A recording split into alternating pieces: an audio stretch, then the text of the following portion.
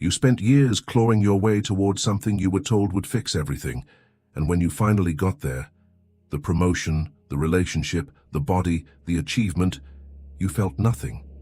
Not relief, not joy. Just a vast, echo-filled emptiness that made you realize the climb was never about reaching the top. It was about avoiding the question waiting for you at the summit. What now? And underneath that, the more terrifying one. Was this all there ever was? You thought success would fill the hole. You genuinely believed that once you had it, whatever it was for you, the restlessness would stop. The anxiety would quiet. You'd finally feel like you'd earned your place in the world, like you could exhale and say, "I made it." But the morning after you got it, you woke up in the same body with the same thoughts and the same strange sense that you'd been chasing a ghost. The goalposts didn't just move, they evaporated, because what you were really chasing was never the thing itself. It was the fantasy of becoming someone else, someone who didn't feel this way. The emptiness you feel isn't a flaw in you, it's the inevitable result of mistaking achievement for transformation. You climbed the ladder believing that height would change your vision, but all it did was give you a clearer view of the same landscape. The dissatisfaction didn't come from failing to get what you wanted. It came from getting it and discovering that wanting itself was the only thing keeping you alive.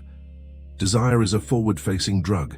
It gives you purpose, direction, momentum. But once you consume the object of that desire, you're left holding the empty bottle, and the silence inside you becomes deafening. You weren't prepared for that silence. No one is. Because we're taught that life is a series of checkpoints, and crossing each one brings you closer to some mythical state of completion. Graduation, career, love, security, legacy. We're told these milestones matter, that they're proof you're doing it right. But they're not destinations. They're distractions.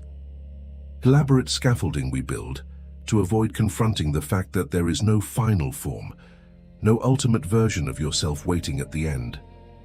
There's just this, the ongoing, unglamorous work of being human. And that work doesn't care how successful you are. The real betrayal isn't that success didn't save you, it's that you were never supposed to need saving in the first place.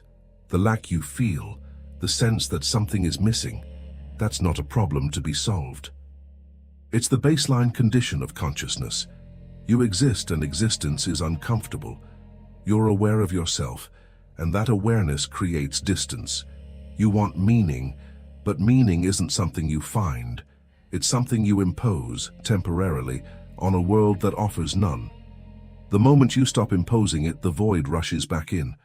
And success, no matter how hard won, can't plug that void, because the void isn't a gap in your resume or your bank account. It's the gap between who you are and who you think you should be, and that gap is permanent. You feel cheated because you did everything right. You played by the rules, you worked, you sacrificed, you delayed gratification, and you told yourself it would all mean something eventually. But the rules were never designed to lead anywhere. They were designed to keep you moving, to keep you productive, to keep you from stopping long enough to notice that the whole game is a set piece, and behind the curtain, there's nothing but more curtain. The exhaustion you feel isn't from the effort.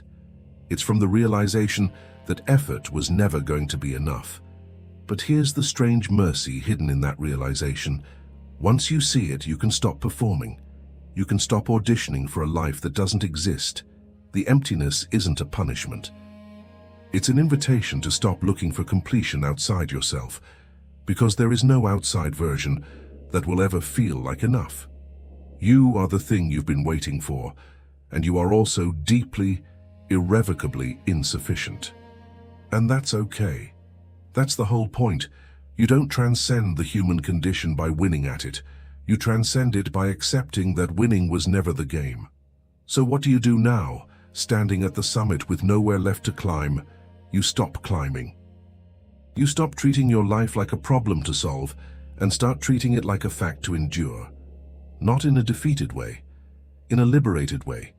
Because once you accept that success won't save you, that no external milestone will ever make you feel whole, you're finally free to stop chasing ghosts.